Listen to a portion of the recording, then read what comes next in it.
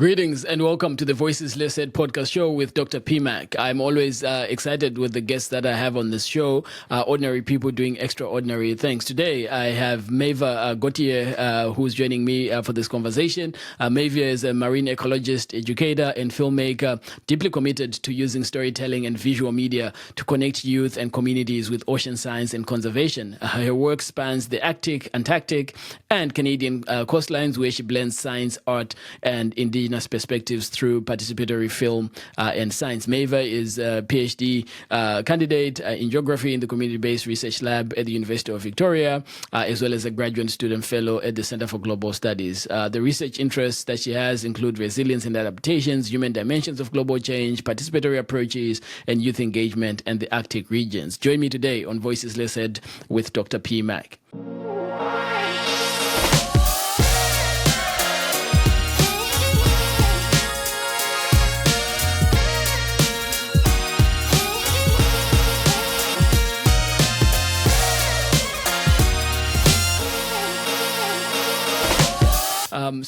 Interestingly, as I was doing my research and the way I know you too, right? You just don't wear one hat, Maeva. You wear so many hats: scientist, filmmaker, educator, businesswoman, entrepreneur. And you and I have coffee and say we need to have time to talk about entrepreneurship.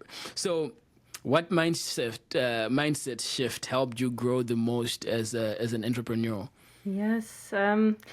That's a tough one because I feel like you're constantly learning and going through ups and downs as an entrepreneur. And a bit like you, I wear many hats because, we're not just one thing. Yeah, We can love many different things, yeah, and maybe the job that we'll do doesn't exist yet. yep, So sometimes you have to create the space in the world for the things you love and the things you want to do and change. So true. I would say for me, the sense of grit, I would say. So the sense of Mm, persevering through challenges, but also yep. remembering the why Mm, and keeping the passion. So, mm, uh, as entrepreneurs, we go through ups and downs, and it's normal. yep. But sometimes it's the time it takes to bounce back up that makes a difference. So, Yeah. you Yeah. know. I feel like for entrepreneurs, you have to be have a thick skin to kind of be like, okay, well, it's not Sure. the end of the world. Like I'm down Sure. right now, but it's okay. Yeah. I'll keep going because Yeah. this is why I'm doing this. So The up is gonna come at some stage, yeah. right? And so tell me, Maeva, do you have an on and off switch? Like, do you have an on switch for entrepreneurship? Say, okay, I'm on entrepreneurship. It's a Saturday. I'm doing this, or you find that you just day in day out, 24/7, 365. You're always moving in between these different roles, or do you? How do you balance your time? I feel like time blocking has been helpful because otherwise, it just otherwise you don't have the same focus when Mm-hmm. you work on something. So Yeah. these days I'm writing early mornings to finish the Oh no. PhD and Uh-huh. then hop on my remote work for Yeah. my work Yeah. job Mm-hmm. and then like webinars during lunch or Yeah. Yeah. here and there on the Saturday morning I might do a Yeah. little bit more entrepreneur work because Mm-hmm. that feeds me. I kind Yeah. of like the working on different things. I've always been that way. I love it. I love it. And so, tell us a little bit about your work. I've introduced you as a marine ecologist, a filmmaker. What got you into the marine world? Like, what Mm. inspired you to be involved in oceanography and the work that you do? Mm. I was lucky to have parents that were quite the nomads. They love traveling. They love Uh huh. sailboats. So Uh huh. my parents took us sailing, me and my brother, when I was 8 in the Caribbean for 4 months, Oh wow. and that really changed my life in a way because when I Was came this back to sorry, Maeva? Quebec, Was this sailing the whole time? The form? Yikes! I'll be so I'll my be going dad to all the whole my time. my dad took the sailboat to Martinique. Uh huh. It took a while. It was really rough, and Yeah. we flew by To plane at the join. time, and Uh we huh. like just waiting for him because there was no cell phone at the time. Yeah. So we're just, Oh my well, I gosh. think he's gonna show up, but we don't know when. So yeah, so that was quite the experience. So going back to Quebec after that, I think I was craving the ocean and the marine Wow. life Mm-hmm. all like until I decided to study marine biology pretty much. It was just pulling me. Yeah. Wow, wow. And, I remember the first time we met, you introduced me to the work that you had done, and the filmmaking, and just how you were taking this, scientific message to the school, to school children, to be able to encourage them and to be able to sort of, provide pointers and guidance. Mhm. How did you get to this point of linking your work with the schools, right? And in particular, filmmaking. What was there any turning point, or you felt that the things that you were seeing on the oceans, you needed to bring them into the classroom? What was that story about?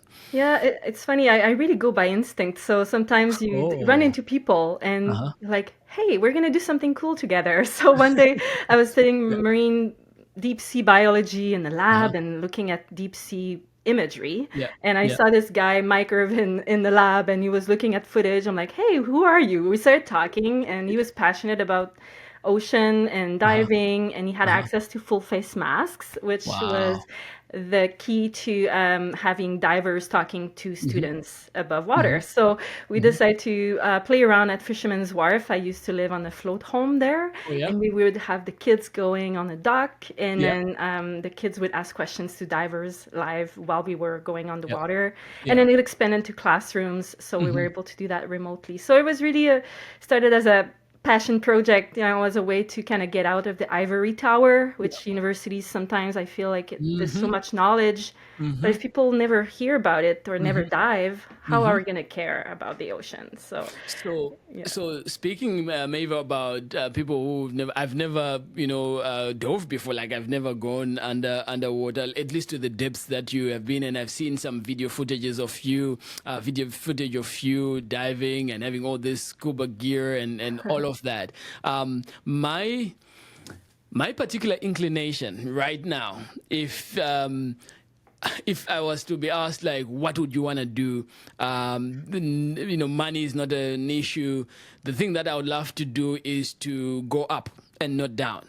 So I'm a freak about all things Starship and all the work that Elon Musk is doing. Trying to get to Mars and trying to get back again to the moon. I'm always caught up with the Themis mission of NASA because I want to go up. I'm I've scared of going up. Well, I don't want to go up because I'm scared of going down because I feel like going down, you've got all of this weight of water and all of this. And I don't want to talk about, sort of that submarine and the issues that happened. Yeah. So, how is life down there? Can you just paint a picture for my listeners? Like, Yes. yeah, man, because, yeah, what is down there? Yeah, well, first of all, you gotta trust your equipment so you don't go like, too deep too Oh, fast. boy. You Oh, boy. start with the beginning, you go in the Uh-huh. pool, you get used to it. But for me, it's a sense of you're floating. So it's a Hmm. bit like in space, I guess. You're Okay. floating, and the sound is just so calm, and Really? you just hear your bubbles. So it's a bit like you're meditating in a way, Wow. and everything moves slowly. Try running on the water. That's really Oh, really hard. my So it's word. very slow, everything goes Uh-huh. slow. And then there's so much life. When I moved to the West Coast, Uh-huh. I was like, oh, cold water, I'm not Yeah. sure. But the marine biodiversity here is just incredible just because it's so cold. So there's just so Yeah. much marine life because there's Okay. more oxygen. Okay. So just going here, right downtown Victoria, Uh-huh. Breakwater, you can go Uh-huh. diving and see tons of marine life. So I I've don't have to seen go very far or people very diving fast. there. I'm just Hmm. happy with going slow and looking at everything growing on the Yeah. walls and the fish going by, and yeah, it's very beautiful. I've seen people at the breakwater point in downtown Victoria, going down and diving. What's like? How deep have you gone? Oh, with the scuba diving, maximum 60 feet. I guess we work a lot in feet Yeah, yeah. Uh huh. nowadays. Uh huh. Yeah. But with when I was studying deep sea biology, it was all remotely operated vehicles. So it was Yeah, like yeah. a submarine that you direct like a video game. It Yeah, was yeah, not yeah. me playing the video game Yeah, because yeah, yeah. they're expensive ones. Yeah. But we could go really far, up 1.5 kilometers Oh my depth. word. Oh my Yeah. word. And so I mean, you said trust your equipment and all of that. So do you feel like the pressure when you go like that deep? Do you feel the pressure against, against your body or? Yeah, definitely. Like here, normally you would wear a dry suit because it's Yeah, yeah. warmer, Mm-hmm. and Mm-hmm. when you go down, you have to add air in your dry suit, otherwise you just feel like so constricted because Yeah. the pressure, Yeah. it kind of, so you adapt your equipment for it, and it's Yeah. yeah, it's very nice. Maeva, maybe one day, my friend, one day you might convince me to go diving. One day, and Let's do so it. I'll be looking out for opportunity to see if we can go down together. So you've spoken about having spent 4 months out sailing in the Caribbean, and I think about sort of and this was in your early years, right? And so it was part of your early childhood experience. Can you perhaps share with me and the listeners on this podcast, when did everything click for you, right? So you go out there, you do the 4 month sailing. Did it click then to say this is what I want to do, or when did your purpose align to say, hey, I want to go into marine ecology. I want to be able to share all of this learning with students. I want to do even my doctoral studies around this area. When did you get that click? It's funny because when I finished high school, I didn't want to get to university too much. I was afraid of going to school too long. It's kind Yeah, of funny to yeah, say because I'm finishing yeah. my PhD Sounds now. like my story too. But I really followed my passion, and for me it was tourism at first, and I worked in Okay. that field, and then Hmm. I was like, oh no, it's more ecology, ecotourism. So went Yeah. back to school and then got hooked on an undergrad in biology Yeah. in Montreal, and then from there I met Kim Juniper at University of Quebec in Montreal. He was the only professor doing marine ecology, Oh, wow. so he sent me for a summer out west, and that was the first time I was able to go on a ship and have Uh-huh. like this remotely operated vehicle and Wow. experience that. And like, okay, yes, I want more of this. I want Mhm. more of this. So I moved for my master's, and so I tend to follow what pulls me. And Yeah. then sometimes people were asking me, what do you want to do with this master's in marine Yeah. Yeah. biology? Do you want to Yeah. work Yeah. with Yeah. fisheries government, fisheries and Or oceans? I'm like, fisheries, I don't know. fisheries, emotions. I Yeah. will see. I think the path kind of gets clearer as you get into a field, because then Okay. you see the range of things you can do when you're in that field and you meet the Okay. right people. So Okay. yeah. Wow, that's interesting. So this morning I was in a meeting at the University of Victoria, and I was speaking and just sharing about some of the critical points that we are in. Like I was talking about the poly crisis that we're currently living in, and one of the Mm, things, apart from the wars that are happening around the world, is the issue of climate change, right? And I yes. was just speaking around the importance of understanding community and culture and how they address and how they mitigate or adapt to climate change. So, with that sort of short background, is it a myth? How is climate change Mm, affecting marine biology? How is it affecting marine life? Or is this you scientists just give us this hullabaloo to make us scared and say, "Oh my gosh, the world is almost ending"? Is it a mm, myth? What are the things that your studies have revealed? mm. What are the things that your film work has revealed? Could you just paint a picture Mhm. for us and for my listeners as well? I'm curious to hear. Yeah. No, it's an interesting topic, and Mm. when I did my master's, I was actually sent to the Arctic for the first time. I Oh spent my word, that six was weeks on crazy. an icebreaker and studying marine life there, Hmm. and that Hmm. really opened my eyes to the coastal communities work like living there, Okay. Inuit communities, and listening to stories of people, and it became for me more than just marine life affected by climate change or other Hmm. changes, but it's people affected by climate change. So Hmm. that kind of opened up that social science sides Yeah. for me in my life, Hmm. and then after that I wanted to go back and support youth voices with Yeah. video and Yeah. get their story on climate change. So that's actually currently the work I'm wrapping up with my PhD, is Hmm. supporting a youth group in Tuktoyaktuk to share their story of climate change. And so it's more than just the marine life. Marine life is affected for Hmm. sure, Hmm. but people there, they have to relocate within 30 years, their whole town. So due to erosion, due to the ground thawing, because it's supposed to be frozen, but it's actually the ground kind of falls. You can lose 2 to 3 meters in one storm in Tuktoyaktuk Whoa. during summertime. So it's very real. So the first time I went to the Arctic and I Yeah. came back down south, I was like, whoa, there's a big clash right now. Like it felt Mm. like the south was going at it like normal, and then the north they were seeing big changes already. Yeah. And now I think we see more changes, especially with wildfires frequency, and it's more extreme. It's happening earlier in the season, Mhm. things like that. So yeah, so that going back to the fact that Yeah. yes, marine life is affected, but I Yeah. think more than that, people are affected as well. So, Maeva, you've just said something that like piqued my interest. Mm. So you lived 6 months on an icebreaker in the Arctic. 6 weeks. 6 weeks. Yeah, yeah. Jeez. So what was life like? Just like walk me through, because I'm trying to, on the Arctic, it's cold. It's like, what was life like? What was a typical day like? And what were the kind of things that you're investigating? What were you trying to see? Yeah. Yeah, Ice. it was very interesting because my supervisor, he was really open at the time to give opportunities to his students, and so he's like, "Yeah, do you want to go 4 weeks or 6 weeks?" I'm like, 6 weeks, that's Yeah. fine, yes. He's like, and then I said, I'd love to document what's going on the Mm-hmm. scientific activities on board. Mm-hmm. So he got this little camera kit, and I was able to, on top of doing scientific work and Yeah. looking at the seabed and the different Mm-hmm. species living there. I also did some documentation of the science Yeah. going on board. So it happens 24/7 pretty much, and these Really? teams come together from all across the country, and people have different labs doing different things, like looking at the chemistry of the water, temperature, different species, and I was when just when seeing when something. when it's cold, I love to eat. And so tell me, what was the situation like on an icebreaker out in the Arctic? Was it lots of soup going around? And I'm just trying to imagine, oh, it's just you've got your dinner, lunch, breakfast, breakfast, lunch, dinner, and then that's it. Or Yeah, it was incredible. Like they had this whole crew on it's a Coast Guard ship, the Amundsen I okay. was on, Uh-huh. and this amazing chef on board and like Oh, cook nice. food for us, and then we would, work at all hours in the day, Yeah. depending on the days.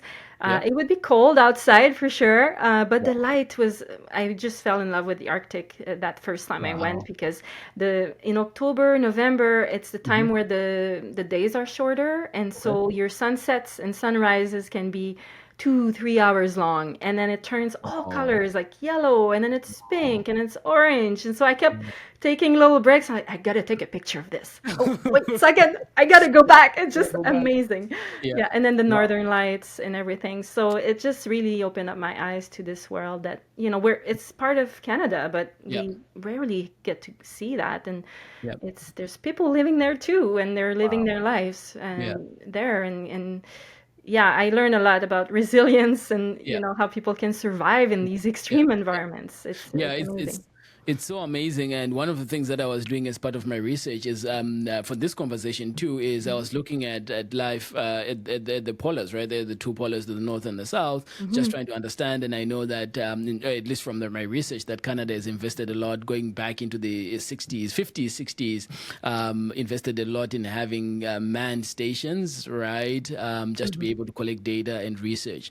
And so with that point, Maeva, how then do you balance fact with feelings, right? When it comes to telling science, right? At least when you're pitching your projects to funders or audiences. Like I asked you earlier on, like, is it a myth? Is climate change a myth? What's going on, right? And so how do you balance fact and myth? Fact and feelings, I Yeah, think, for feelings, yeah. in a way, like what I realized during my master's in that Mm. is that the science, you can do as much science as you want, but Mm-hmm. it won't necessarily create the change. So that what brought me to the power of people, the power of story, because Mm-hmm. I realized when I was studying fisheries that even Mm-hmm. if the government knew that it was unsustainable fisheries, it would Yeah. still go on because people maybe didn't know about it and would Mm-hmm. not put pressure on government to stop this fishery.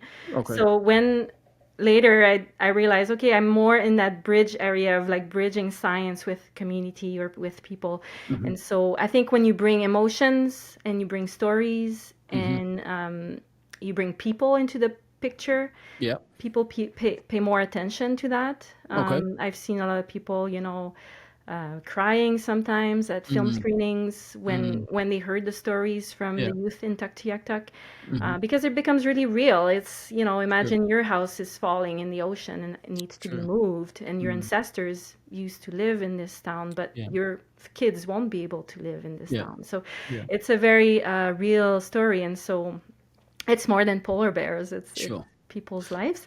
So Mm. yeah, I think there's a real power to story, Yeah. and then Yeah. in a way, people convincing funders, yes and no. For me, it's just, when you bring a story that touches hearts, I think Mm. things happen a certain way, and then opportunities happen. And so Yeah. the youth have been lucky to be invited to different conferences and Mm. things like that to share their message as Mm. well. So you never know, you start a path, and then you Yeah. never know where it's going Where to it's gonna bring you, lead right? you. Yeah, yeah. I think Maeva, you've just developed a tagline for the work that you're doing. I love what you just said a minute ago, that it's more than polar bears; it's people and lives, right? Yeah, I yeah. think that's really, really a powerful statement and a powerful message when it talks about looking at the impact of climate change. And Mm. so, with that statement too, or with that tagline. In a world where we've got different forms of media telling us different kind of stories, what makes an environmental message stick? Like, what do you think, based on your filmography, your scientific evidence that you've collected, how do you make people understand, right, that this is not propaganda, that this is just not attempts to make people afraid, or something, any thoughts, any ideas there? Yes, I think definitely. I think with any story, you got to think about what do you want your audience to think, Uh-huh. feel, see, and do. So I Okay. try to keep that in mind, Mm-hmm. and also having a sense of it's not hopeless, right? Mm-hmm. There's something people can do, Mm-hmm. even sometimes, especially with those big issues. There's Mm-hmm. just so many things, and it's overwhelming, Sure. and you don't know where to start. But sometimes you start in community. I think real change starts with community. Even if Mm-hmm. it's a global issue, you got to Yeah. start somewhere. Yeah.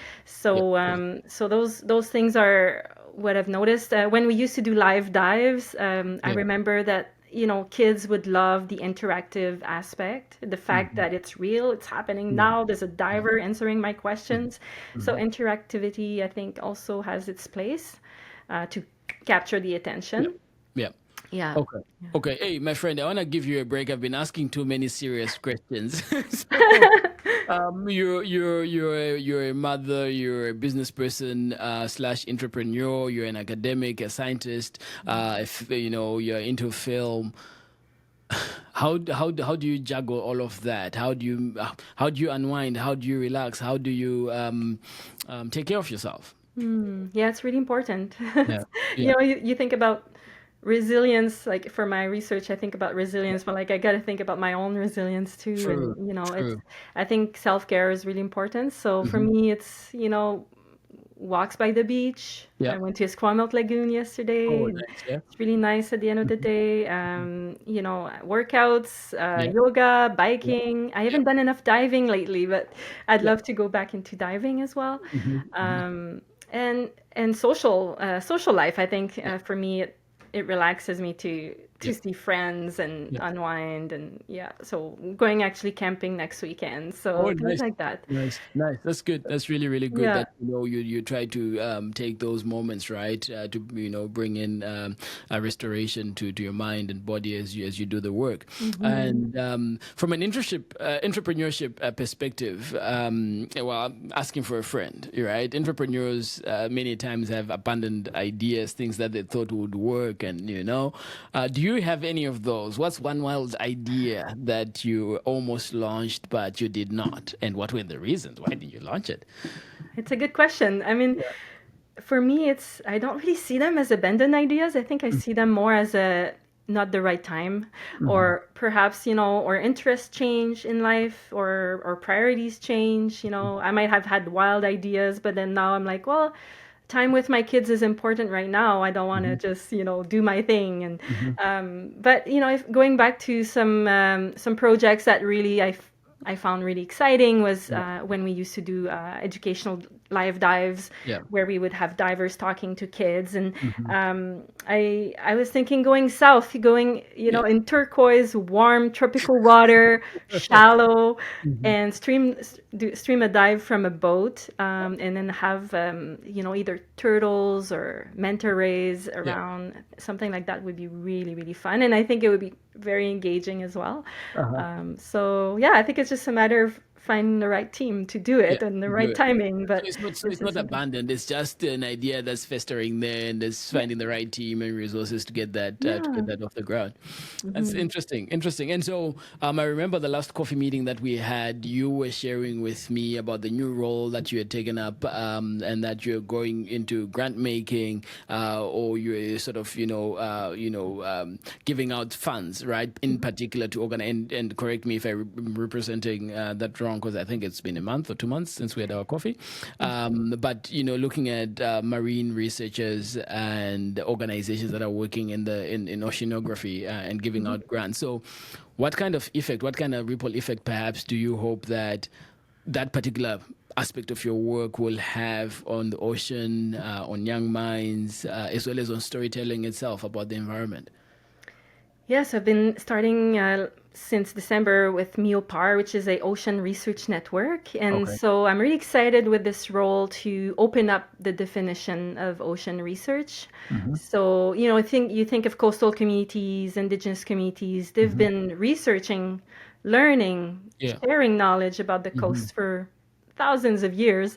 And True. so we're really excited to open up that definition of ocean research to Hmm. bring in more community members into that network as well. Hmm. And so the fund that I'm launching is called Community Led Research Fund, Hmm. and it's for seed funding. It's to help Hmm. support research capacity, develop research capacity in communities, be it infrastructure or training or things like that, or building Hmm. relationships Hmm. as well between communities and academics, or Okay. between partners to develop research projects. So I'm excited to be more involved in that, and also we're talking about some training as well to support community-based ocean Yeah. researchers.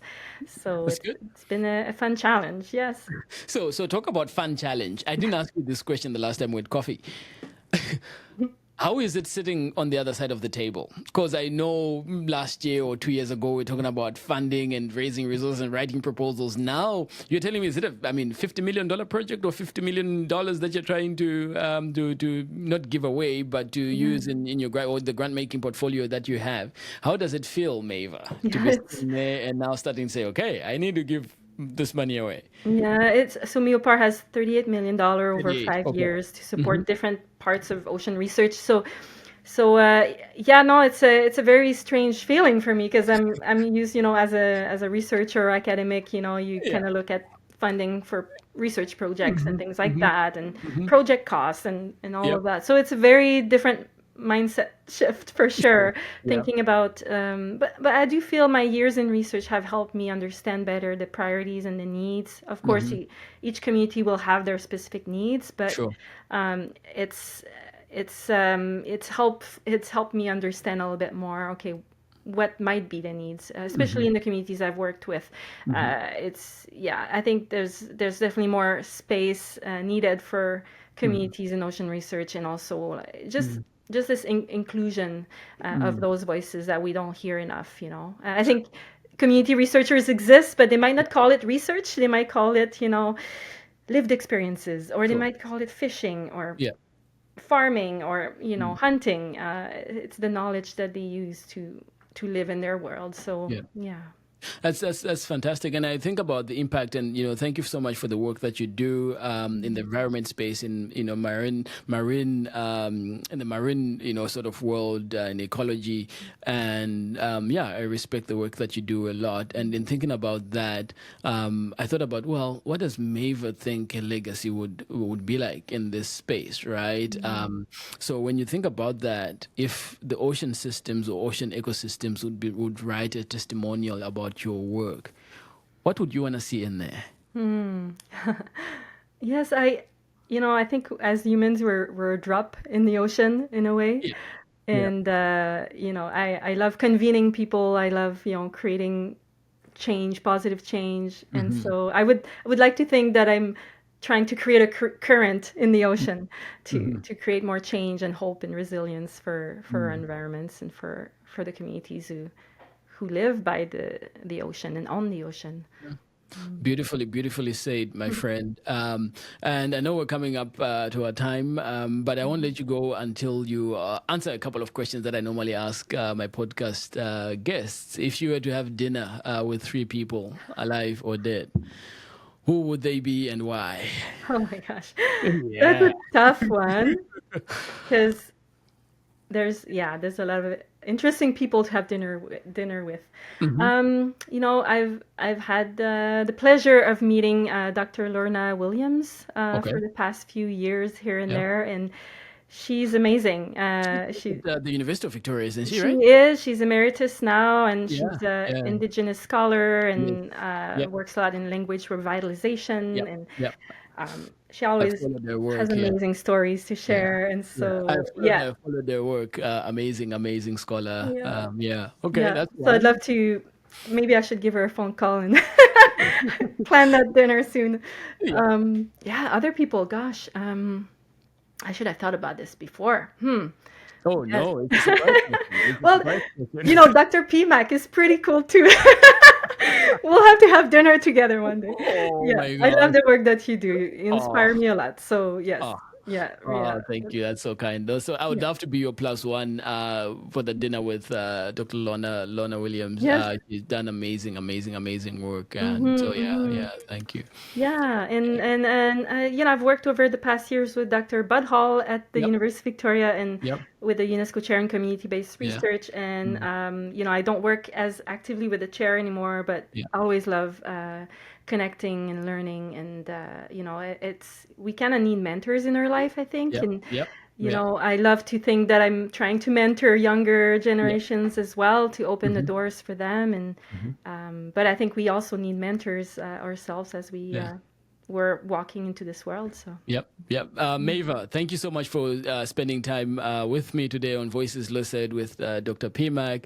I'm appreciative of the work that you do, and certainly our community is too. Maeva is doing amazing work. Her research in a doctoral program and her interests include resilience and adaptations, human dimensions of global change, participatory approaches, youth engagement, and as we discussed in our conversation, Arctic regions. Maeva, flowers to you, my friend. Thank you for your contributions to the world. Thank you for your contributions to community. And to my listeners, thank you for joining me on Voices Listed with Dr. PMak. Until next time, have a great time.